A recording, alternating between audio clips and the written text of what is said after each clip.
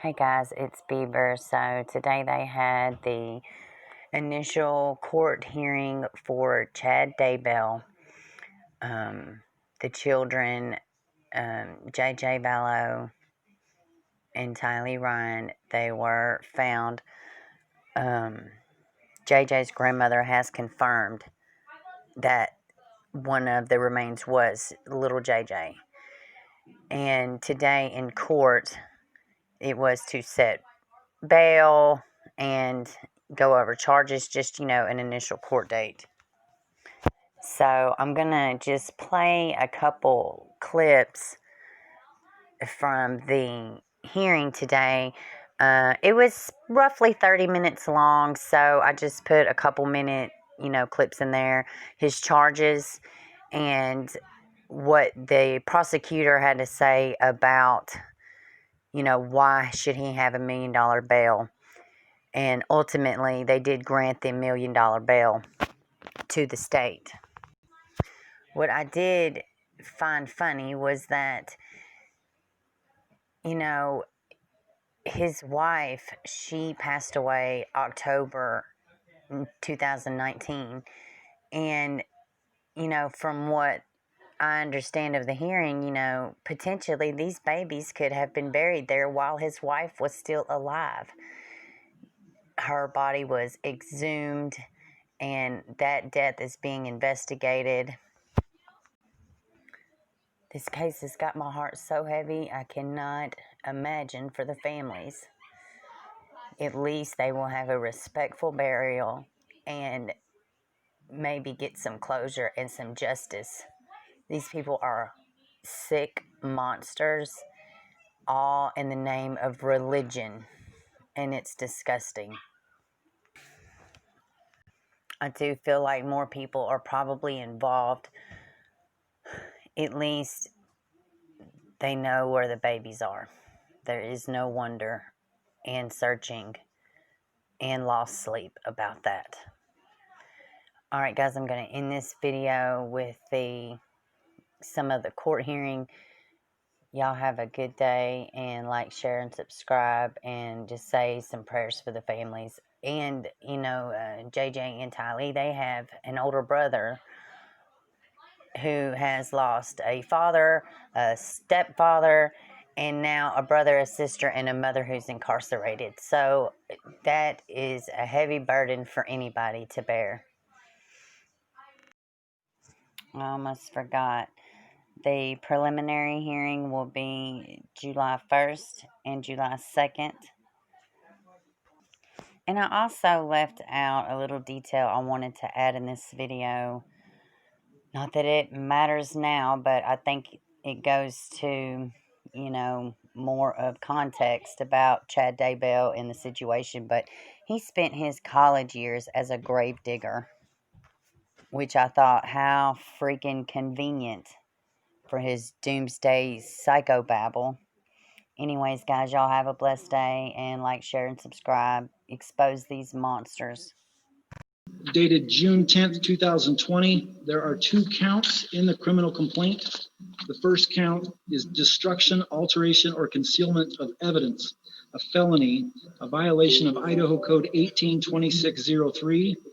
The maximum punishment for that charge is up to 5 years in the state penitentiary and or up to a $10,000 fine.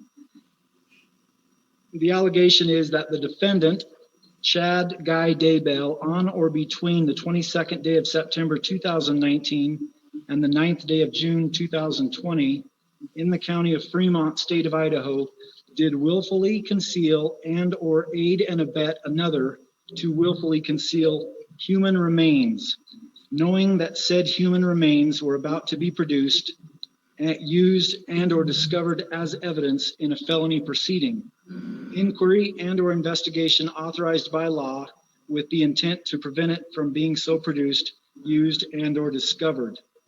Count 2 is also the same charge, destruction, alteration, or concealment of evidence, a felony. It's punishable by up to 5 years in the state penitentiary and or up to a $10,000 fine. It alleges that the defendant, Chad Guy Daybell, on or between the 8th day of September 2019 and the 9th day of June 2020 in the county of Fremont, state of Idaho, did willfully destroy, alter, and or conceal human remains, and or did aid and abet another to willfully destroy, alter, and or conceal human remains, knowing that said human remains were about to be produced, used, and or discovered as evidence in a felony proceeding. Inquiry and or investigation authorized by law with the intent to prevent it from being so produced, used, and or discovered. Mr. Daybell, do you understand the allegations on both counts that have been brought against you? I do. Then I'll hear from the defense. Thank you, Your Honor. The state is requesting the bail be set at $1 million.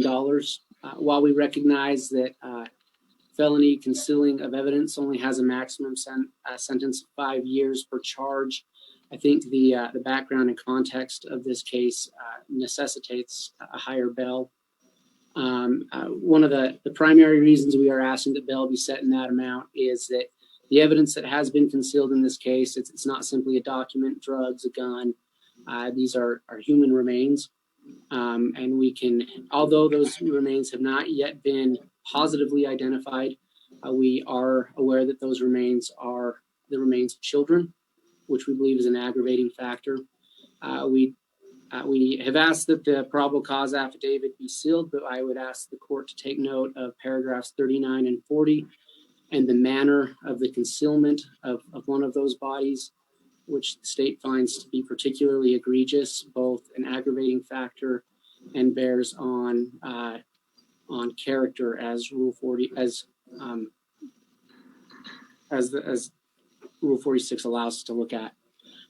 Your Honor, we understand that the possible sentence on this case is not that long, but knowing what the subject matter is, we find it extremely serious. And